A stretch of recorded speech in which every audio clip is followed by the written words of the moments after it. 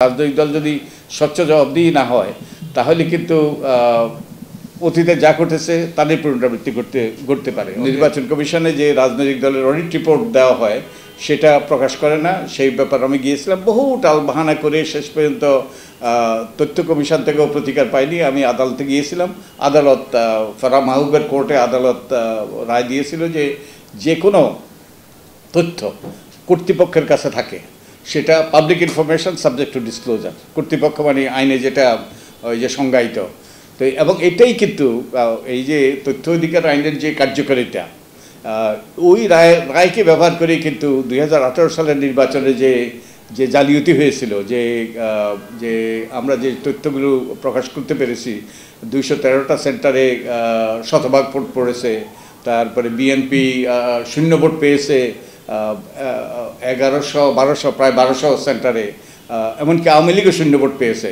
তো এই তথ্যগুলো আমরা পেয়েছি ওই রায়টার কারণে।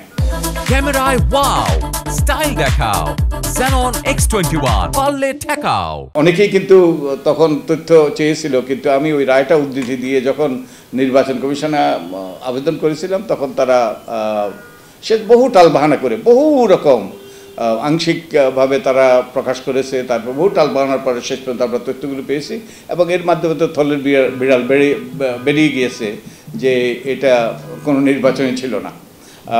তো আমি আরেকটা বিষয় যে এই প্রস্তাবগুলো করা হয়েছে, একটা জিনিস আমি যুক্ত করার অনুরোধ করব যে রাজনৈতিক দলকে এর অধীনে আনার। রাজনৈতিক দল একটা সংবিধান স্বীকৃত প্রতিষ্ঠান এবং এটা গুরুত্বপূর্ণ প্রতিষ্ঠান।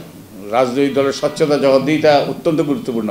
আমার যতটুকু মনে পড়ে ভারতীয় তাদের তথ্য কমিশন কিন্তু রাজনৈতিক দলকে তথ্য অধিকার আইনের অধীনে আনার প্রস্তাব করেছে এবং আমরা নিজেও আপনারা জানেন যে আমি নির্বাচন ব্যবস্থা সংস্কার কমিশনের প্রধান ছিলাম, আমরাও কিন্তু প্রস্তাব করেছি রাজনৈতিক দলকে তথ্য অধিকার আইনের অধীনে আনার জন্য। সো আমি অনুরোধ করব আমরা একটু সাহসিকতা প্রদর্শন করি, এটা গুরুত্বপূর্ণ। কারণ তাহলে এর মাধ্যমে কিন্তু রাজনৈতিক দল যদি স্বচ্ছ জবাবদিহি না হয় তাহলে কিন্তু অতীতে যা ঘটেছে তাদের পুনরাবৃত্তি করতে পারে। অতএব আমার অনুরোধ থাকবে।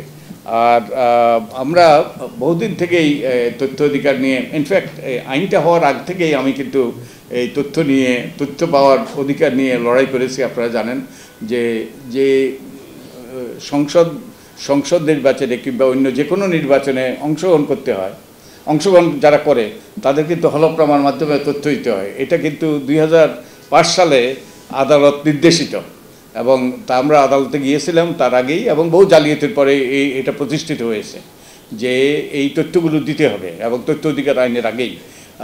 তো আমার মনে হয় আমরা এটাকে আরও কীভাবে এক্সপান্ড করা যায় এবং আরও এটাকে বিশেষত কার্যকর করার। এখন তো এই তথ্য নিয়ে নির্বাচনের আগে সবাই এটা নিয়ে প্রতিবেদন প্রকাশ করে। তো আমরা এটাকে আরও বিস্তৃত কীভাবে করতে পারি সেদিকে নজর দেওয়া দরকার।